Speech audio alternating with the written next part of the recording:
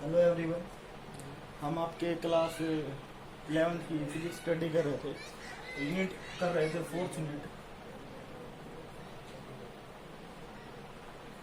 का हम एनर्जी का फंक्शन कर रहे थे।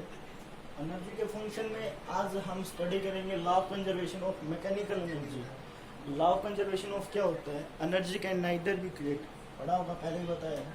Law of conservation of energy क्या होता है कि energy can neither be create nor be destroy but transfer या चेंज, ट्रांसफर बोल लो या चेंज बोल लो, ट्रांसफर या change one form to another form, कि एनर्जी को हम एक फॉर्म से दूसरी फॉर्म में चेंज कर सकते हैं। ठीक है, ना ही इसको खत्म कर सकते हैं, ना ही इसको पैदा कर सकते हैं, बट इसको ट्रांसफर कर सकते हैं हम। ठीक है, ये था हमारा law of conservation of energy. But हम अभी क्या पढ़ेंगे? Law of conservation of mechanical energy. ठीक है, पहले एक टॉपिक पढ़ चुके मैकेनिकल एनर्जी। मैकेनिकल एनर्जी क्या होती है? The mechanical energy is the sum of kinetic energy and the potential energy. Let us calculate. Kinetic energy को के ई से लिखते हैं, K dot E dot. Potential energy को पी ई से, total energy को टी ई से लिखते हैं। अब क्या करेंगे? जो total energy of a body falling freely under the gravity, जो टोटल एनर्जी है वो फॉलिंग फ्रीली कर रही है। मान लो किसी हाइट पे कोई ऑब्जेक्ट है, ये हाइट है, ये ए से सी हाइट है, और ऑब्जेक्ट है आपका ए पॉइंट पे, कोई बॉल है, कोई भी है। जब आपका ऑब्जेक्ट रेस्ट में है, जब आपका ऑब्जेक्ट रेस्ट में है तो आपके पास क्या होगी? हाइट पे है, अगर ऑब्जेक्ट रेस्ट में है तो आपके पास क्या होगी? Potential energy. काइनेटिक एनर्जी क्या होगी? काइनेटिक एनर्जी जीरो होगी, क्योंकि किसी हाइट पे पोटेंशियल एनर्जी होती है, और जब हम रेस्ट की बात कर रहे हैं तो रेस्ट में काइनेटिक एनर्जी नहीं होगी, पोटेंशियल होगी। क्योंकि काइनेटिक एनर्जी क्या होती है? मोशन में, मूविंग बॉडी में काइनेटिक एनर्जी होती है।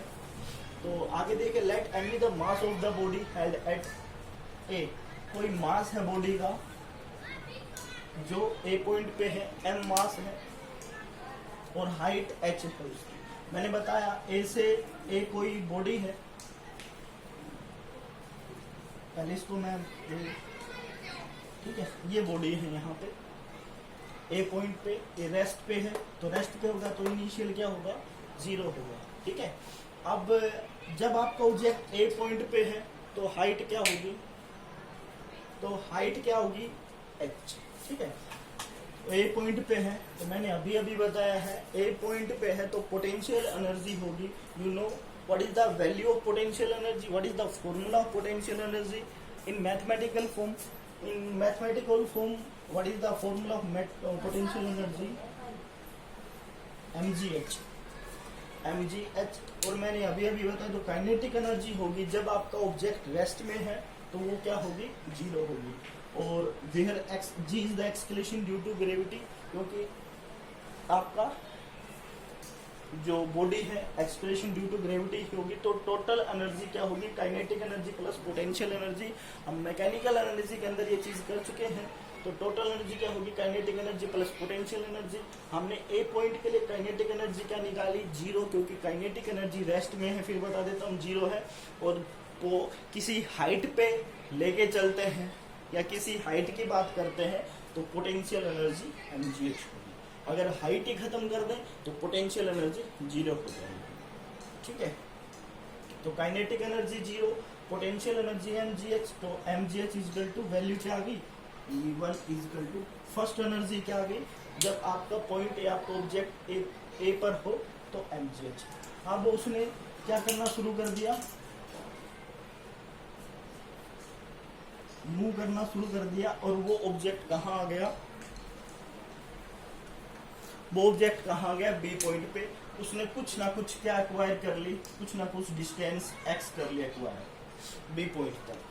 अब बी पॉइंट पे हमने उसकी काइनेटिक एनर्जी की, पोटेंशियल एनर्जी की वैल्यू निकालनी शुरू कर दी।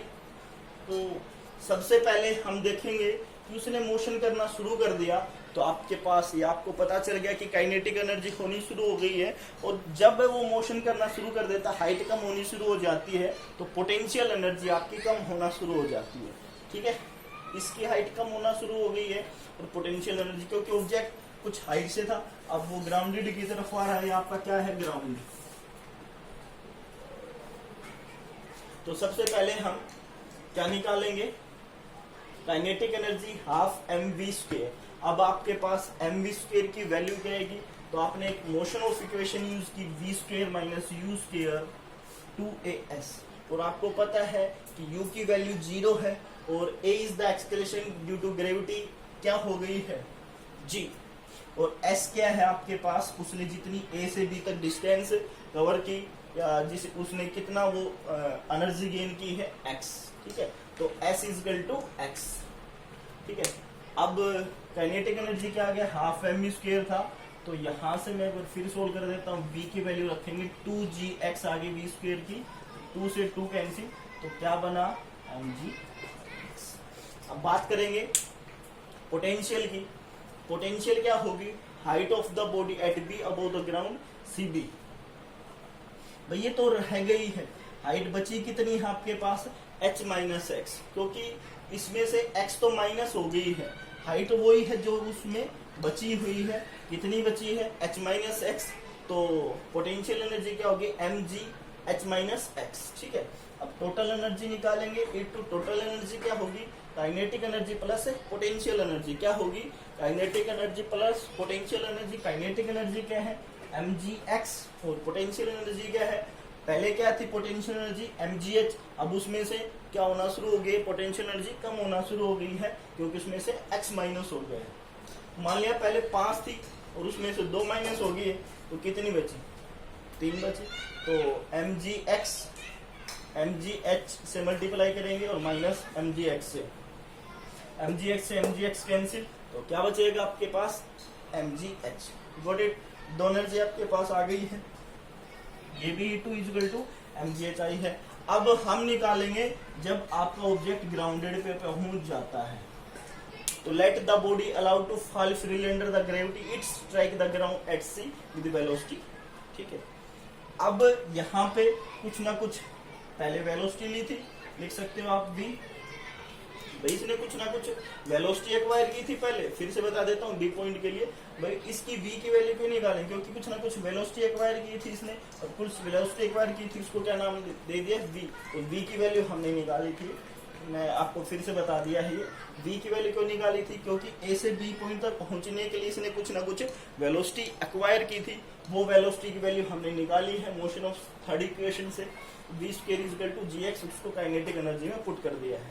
अब c की बात करेंगे, क्यों c पॉइंट पर पहुंचते काइनेटिक एनर्जी पोटेंशियल एनर्जी 0 होगी, क्योंकि हाइट खत्म हो गई है उसकी, पहले हाइट थी फिर कम हुई तो बिल्कुल खत्म हो गई, पोटेंशियल एनर्जी क्या होगी 0। काइनेटिक एनर्जी क्या होगी हाफ mv², वो ही मोशन ऑफ इक्वेशन यूज करेंगे, क्योंकि वेलोसिटी एक्वायर करता है u0 v² is equal to 2gh, ठीक है ना।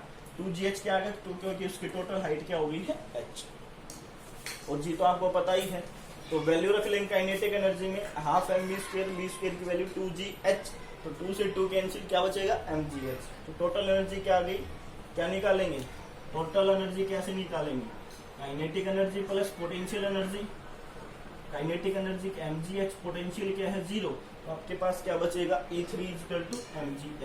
इट मींस कहने का मतलब क्या, तीनों एनर्जी जो है कंजर्वेशन ऑफ मैकेनिकल एनर्जी में तीनों क्या आ गई है, E1 equal to E2 is equal to E3 is equal to mgh। Means potential energy का law of conservation mechanical energy का बहुत अहम रोल होता है, ठीक है।